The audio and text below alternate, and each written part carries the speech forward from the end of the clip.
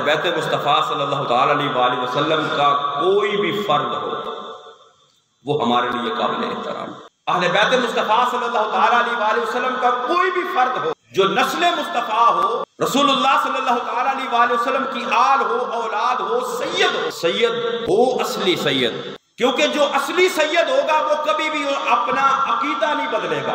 بے عملی ہو سکتی ہے، سید اصلی ہو، نماز سے دور ہو سکتا ہے، بے عملی ہو سکتی ہے، لیکن پھر بھی سید ہونے کے ناطے اس کا احترام ہم پر لازم ہے۔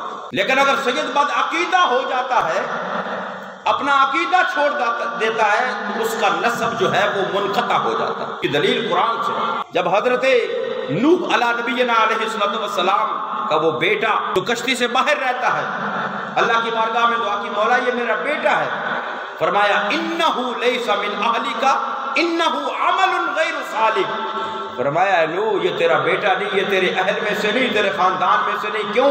انہو عمل غیر صالح، اس نے تیری بات کو نہیں مانا، اس نے تیرے پیغام کو نہیں مانا۔ تو جب تک سید بد عقیدہ نہیں ہوتا، بے عمل ہو، وہ اس کا اپنا عمل ہے۔ بے عمل ہو تو سید ہونے کے اعتبار سے، خون رسول ہونے کے اعتبار سے اس کا ادب، اس کا احترام ہم پر لازم ہے کہ یہ سید ہے، خون رسول ہے۔